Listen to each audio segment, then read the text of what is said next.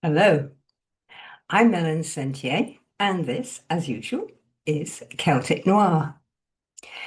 And this time, I'm telling you the story of a song you probably know, or you may well know.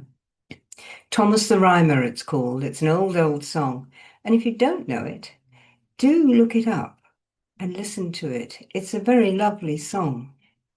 But this is the story behind it, of what was going on behind the song. The Rhymer's Tale. Rain smeared the green glass before his eyes. It had been so all day. He'd come home from the fountain with the rain pouring off the eaves of his hat into the funnel of his coat collar. He was still wet behind the ears, despite the dry blanket wrapped about him now. Somehow, he couldn't keep his eyes from the window. He had poured the water onto the green stone, just as the old man had said, and now he waited.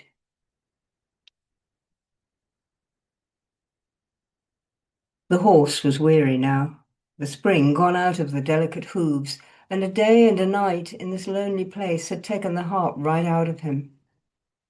The lady clucked, half under her breath, chuckling gently at the reins, allowing a little of the energy she had stored to slide down the leather and into his mouth.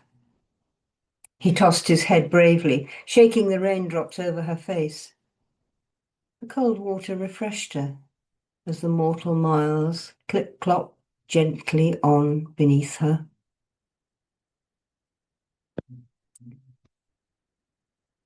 Tom turned away from the window to mend the fire. His clothes steamed from the line strung across the mantel, and the logs coughed fitfully in the damp air, hissing now and then as water dripped from the sleeves of his shirt. And Tom coughed too, a thin man with little fat on him to ward off winter chill, and it had been winter now for a very long time. Tom poked the logs into a spurt of flat life, and flames scorched the hem of his trousers.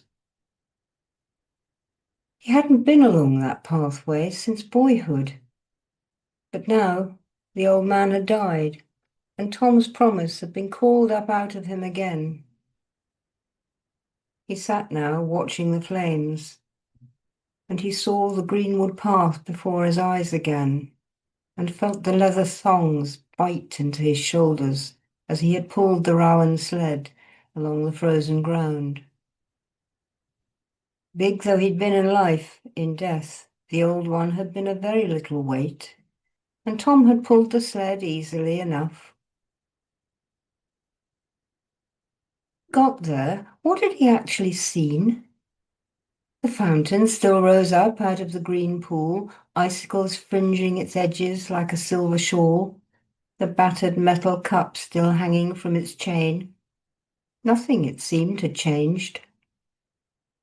He hadn't wanted to do it, so he'd sat a long while beside the green pool while his backside slowly froze into the mud, his mind leagues and years away. Then he'd felt the presence again.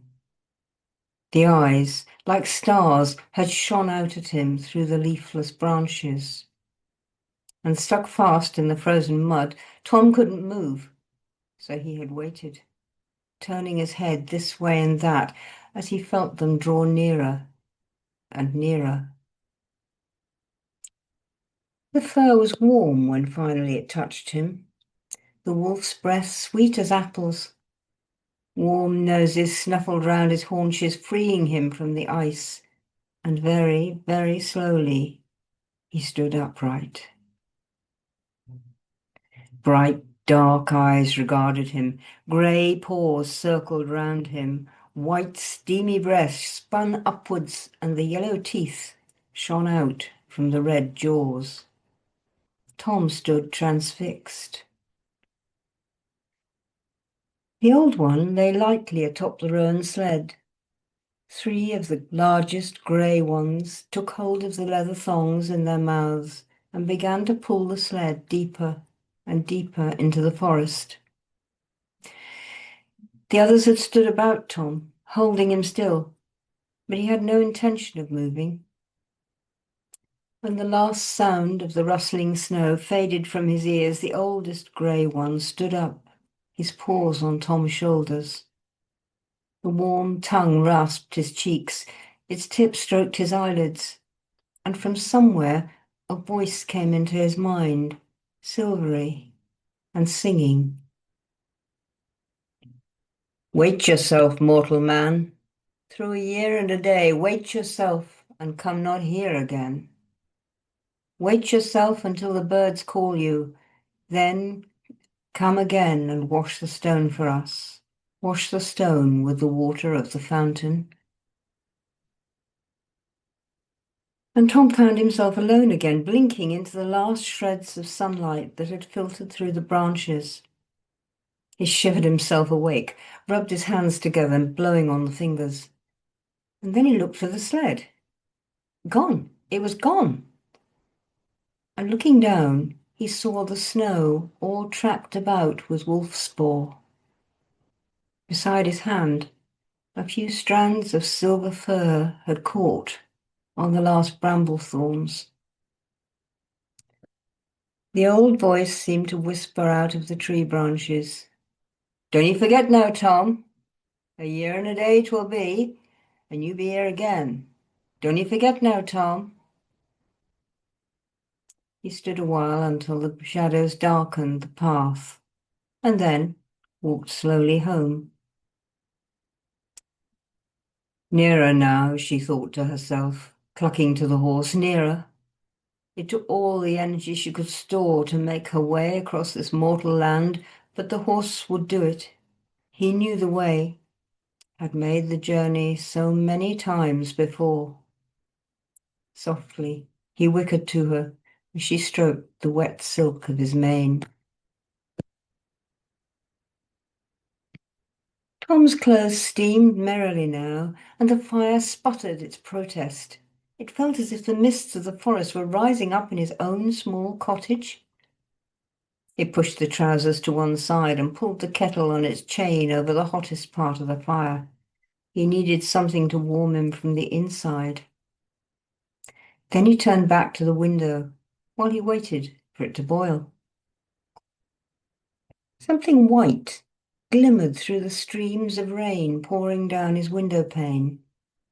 He wiped at the inside of the steamy glass. Yes, there was something there, flickering in and out between the stems of the trees. It looked like a horse. With his nose pressed against the glass, he watched it come on, closer and closer. There was no mistaking.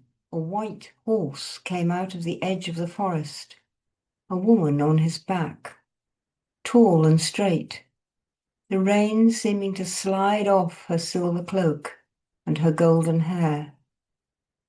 Tom forgot to breathe. Clippity-clop she came across the clearing, clippity-clop. Despite the darkness of the night, light seemed to shine out of her. The rain burned with a silver light. And bright she came, riding up to the door of his cottage. Tom backed away. Knock, knock, knock. 3 times it sounded on the oak that bounded him within the cottage walls.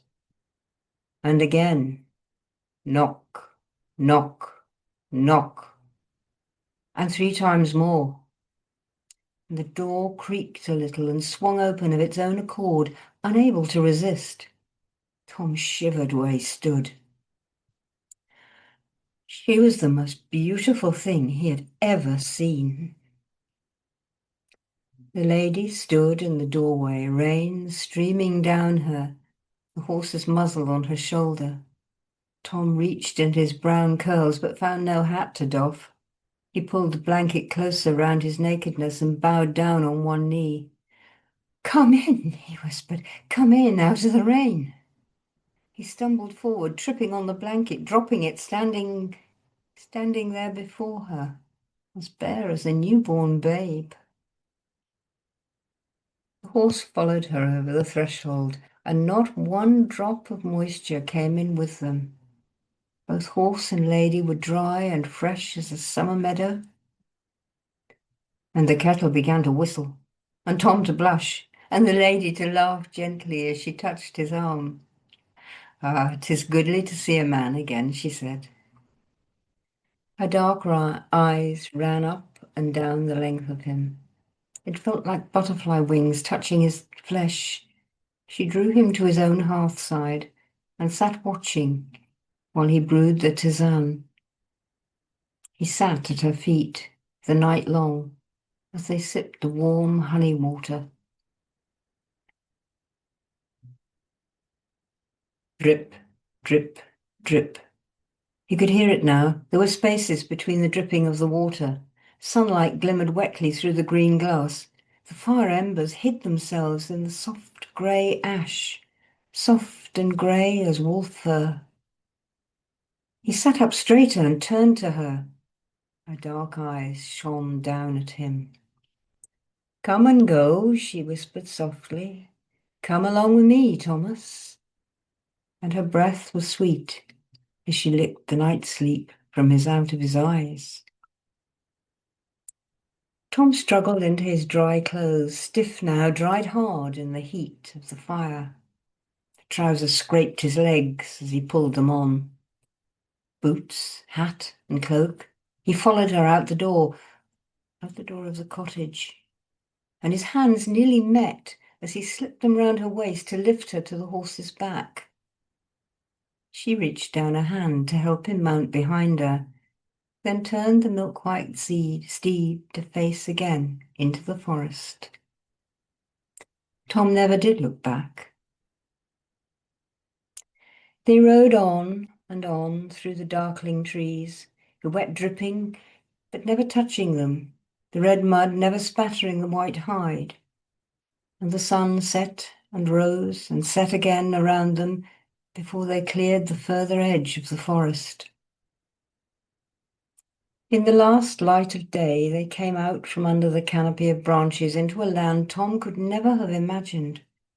Brown and hard it seemed in the last of the light, like rock that had been pulverized in a millstone, and nothing grew here. As the light leached away, he could no longer tell where earth met sky. Only the crunching sound of the hooves assured him that there was any land left at all.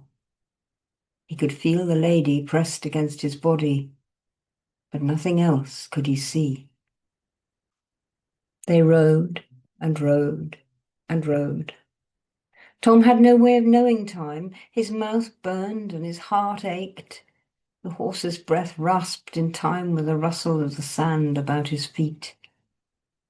Sometime he felt a tingling current flow into his veins as the lady touched his hand. Sometimes he could feel it flowing through the body of the horse between his legs. And still they rode, neither moon nor sun in the sky to light their way. And then another sound came into Tom's ears. It seemed a heavy, rhythmic, roaring sound, like some great animal sleeping. Louder it came, and louder, as they rode on into the darkness. Soon, Tom couldn't hear the sound of the horse's hooves at all. And the darkness began to change. The air about him seemed to be silvering, and Tom could see the horse's ears as darker shadows against the pewter sky. And there was a line again, where the earth and the sky met.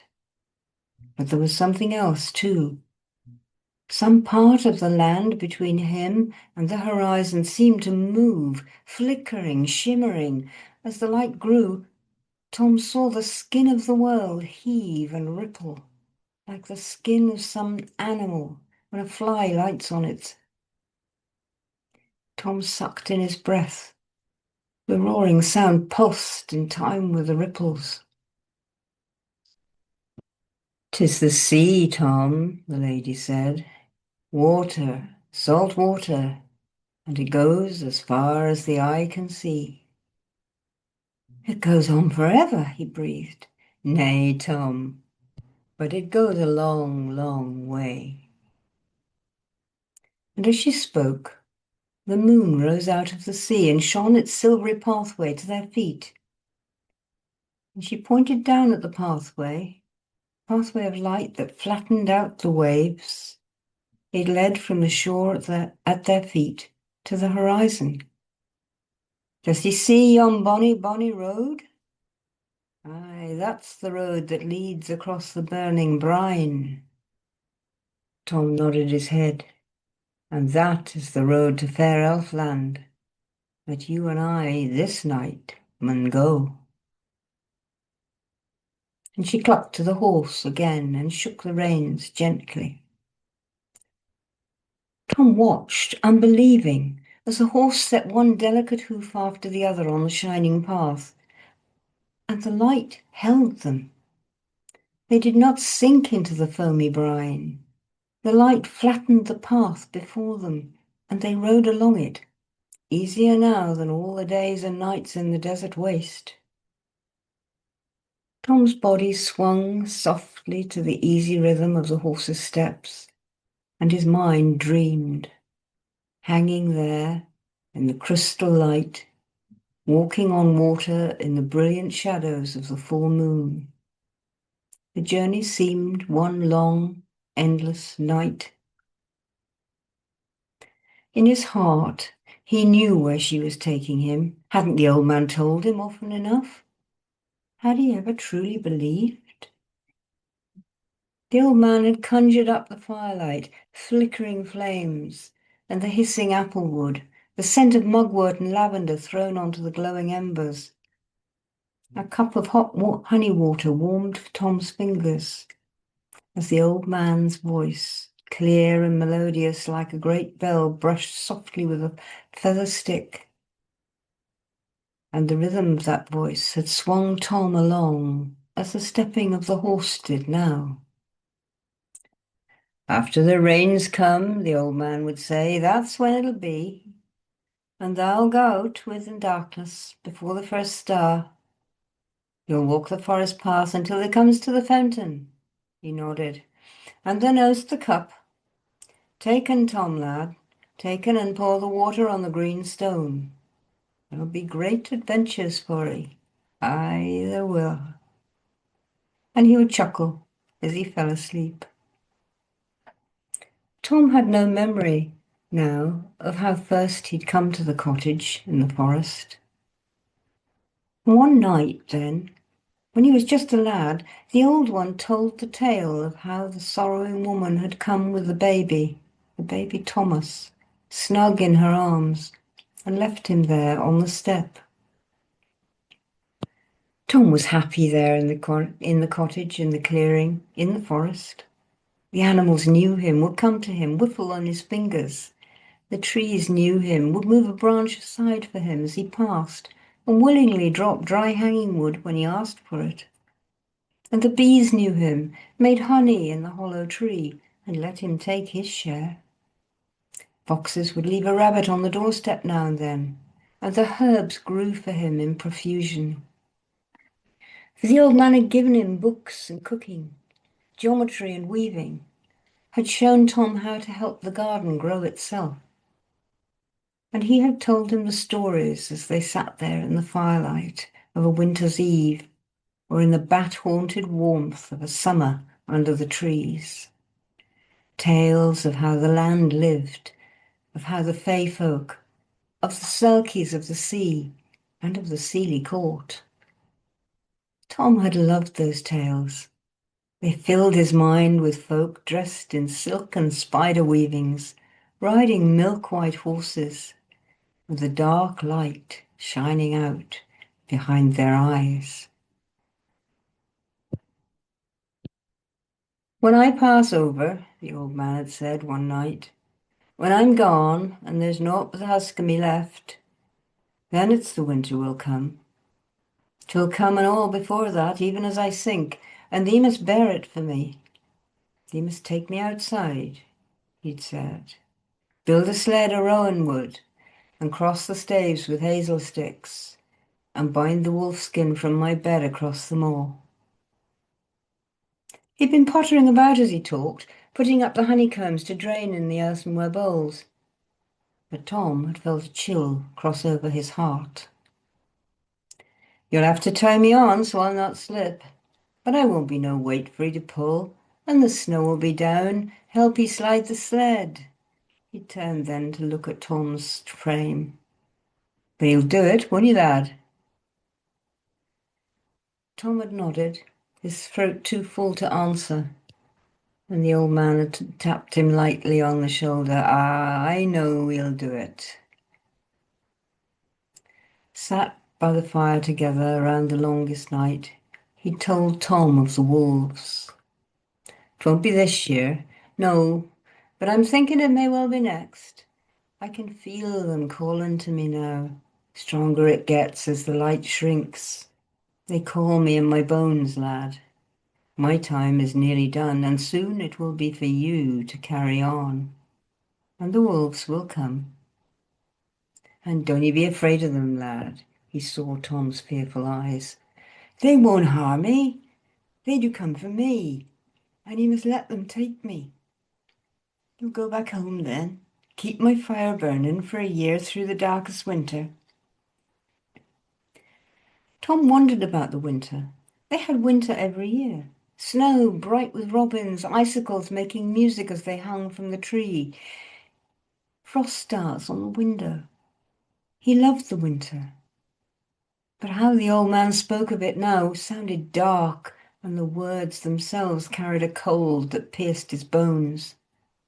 This was a winter Tom had never known. "And the birds'll come just when he think he can bear it no more. The blackbirds'll come a-calling and a-calling to 'ee.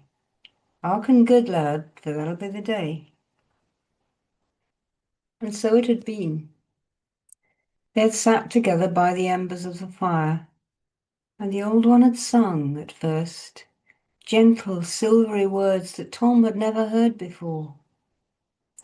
And the seven sister stars shone out in the black sky above the clearing. And gradually, as the sisters turned and set, falling down behind the treetops, so the old one's singing ceased. And they sat together in silence, and even the fire was quiet. And as the false green light of the first dawn licked at the window panes, Tom had seen the old one no longer breathed. His lips were set in a slight smile. His eyes saw things beyond the cottage walls and would never look on Tom's face again. Tears fell down Tom's cheeks. Tom wept as he asked the rowan tree for the long branches. His tears watered the hazel as he bent to take the twigs she gave him. It was long before he could take the wolf skin from the bed. He spent the time curled within it, sucking on a piece of the old leather like a child. After 3 days, the strength came back to him, and he tied the wolf skin to the branches and tied the old man to the pallet and watched all that last night. It was then he noticed how sweet the old man's husk still smelled. Rosemary, he thought, and thyme. And as the sun cleared the tops of the trees, they came. The blackbirds came, and the snow had come, as the old one had said it would, but the days had been grey and heavy, like a darkling blanket cast across the bowl of the sky. This was not the robin winter. This was not the winter Tom had always known. This was some great dark beast, hungry and malevolent, no lover of the little lives of the forest. He feared it. Tom took the path to the fountain. All the long path there had been in the glimmering half-light, and dapplings as the cold wind shook the last leaves off the trees. The warm wolf's fur, when it had finally touched him by the fountain, seemed a last link with the web of life he'd always known. It felt as if that web was broken now, by the old one's death, and the wolf's sweet breath was the last reminder of how life had been. And now, here, riding across the silver sea, he remembered the bright, dark eyes smiling to him as the grey paws held round his neck. Looking out from his inner world, Tom saw the light had changed in the sea and sky while he'd been off dreaming. The brightness now stung his eyes as he brought them back to focus on the world around him. It seemed there was another shore ahead, and the moon path led them straight towards it. The horse shook his head and whickered gently. Tom heard answering calls from up ahead. As the horse's hooves touched the earth again, the apple scent rose up around him.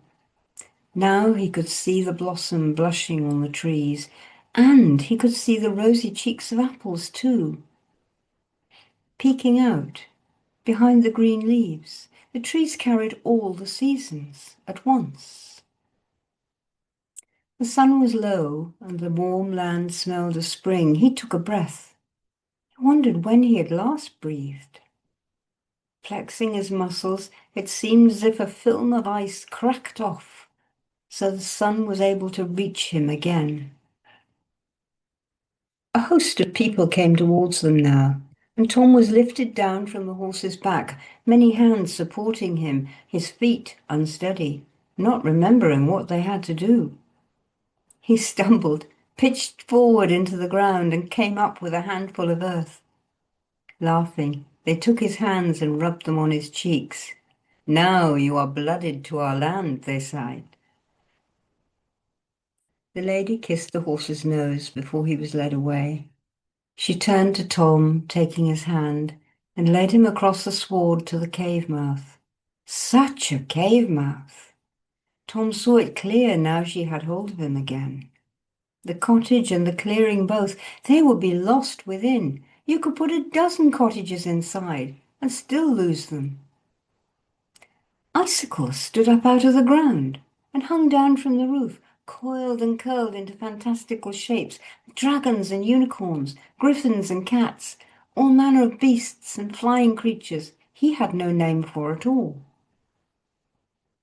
Passing close, he reached a hand to touch one. Hard it was, and slippery. He put his finger in his mouth, and there was a taste there too. And the lady laughed. "Just like our home then, fair Thomas."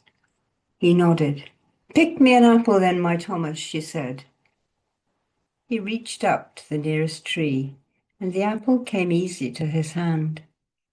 He went to pass it to her, but she took his hand and pulled the apple to her mouth, biting deep. And then she pushed it back to him. "Bite, Thomas," she laughed. "Eat the fruit of my gardens. It gives the silver tongue and the golden heart." Tom bit deep, and the juice ran down his throat. "The like of this I never tasted afore." It gasped, and even to his own ears, his voice had changed. They took him to a room. Luminescence flowed out of the walls, lighting the place from within. And peering through an arch, he saw a steaming bathing pool, flowers strewn in the water, and fresh clothes laid out. The Fey folk stripped him, helped him into the bath. The warm, scented water leached the cold and pain of the journey out of him. Later, at the feast, Tom remembered little of the dishes, only that his palate was sung to by a melody of flavors, his ears fed by tasteful music, and his eyes feasted on a symphony of color and light. The winds blew summer meadow fragrances through the wide halls, spiced with autumn leaves and smell of earth after rain. And the lady took every opportunity to fondle him. Later, in the bed, it was the same. The dawn seemed long in coming and still arrived too early for Tom. His heart and soul belonged to her. Days passed in pleasure. When not with her, he spent time with the elves, learning songs and making instruments. Soon he was called upon to play in the great hall of an evening, and his fame spread throughout the Seelie courts into the whole of Elfland. One day she rose early, and he did not see her all that day. In the evening she looked away from him often, but was always ready to catch his eye should he look at her. And that night their love burned up brighter than the day star in midsummer. When he awoke, she was gone. Tom wandered the empty halls, and the doors and passages seemed to lead him out. He found no way again to return within. He sat on a stone where once the entrance to the cave had been. He sat watching the sun rise and fall over the sea. At evening the horse came to him, and a little elven lad came soon after, carrying a small satchel.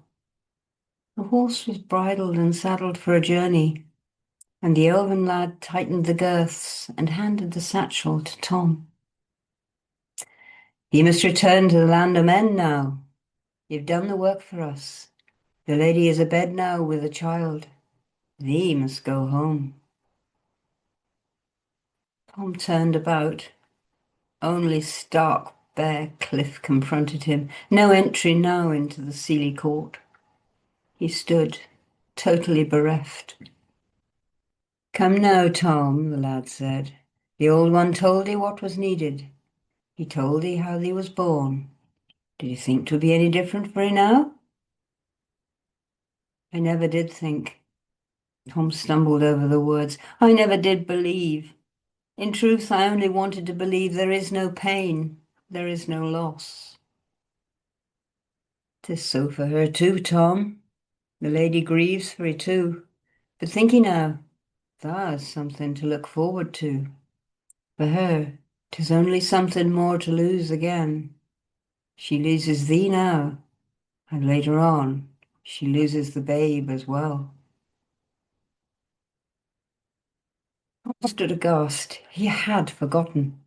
The promise was the same for him as it had been for the old one. 9 nights of pleasure, 9 months of waiting, and 3 times 9 years of companionship. But for her, it was only the 9 nights and the 9 months, and then the babe would be gone from her forever. He mounted up onto the horse's back, and the milk-white steed shook his silvery mane and set off for the shore. Tom never did look back. He had counted the days now, and when the toll was done, he waited in the shadow of the porch. The moon was full again. He had not slept now for nigh on a week, waiting and watching. Some trick of the light caught his eye as he followed the owl on her path as she hunted the edge of the clearing. She flew long and slow tonight, silent wings cupping the air, a fleeting white ghost of shadow. "Quennefer," he breathed the owl's name in the old tongue.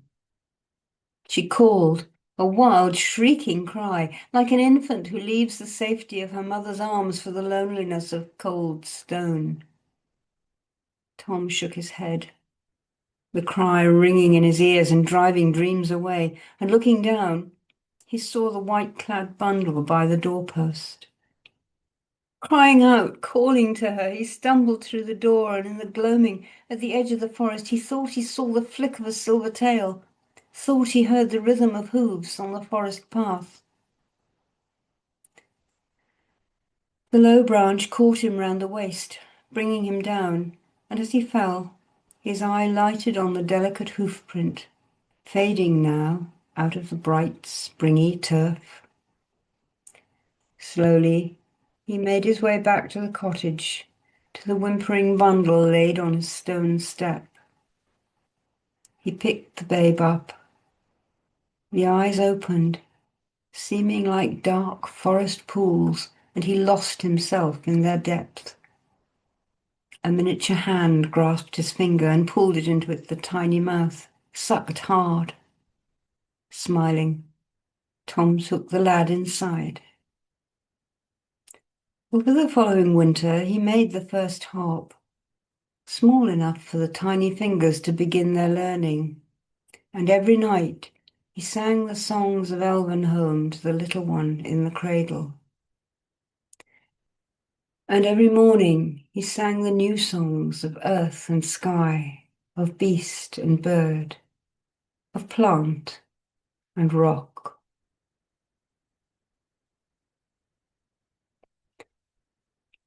And there was the tale of Thomas the Rhymer, and how he became Thomas of the Silver Tongue and the Golden Heart,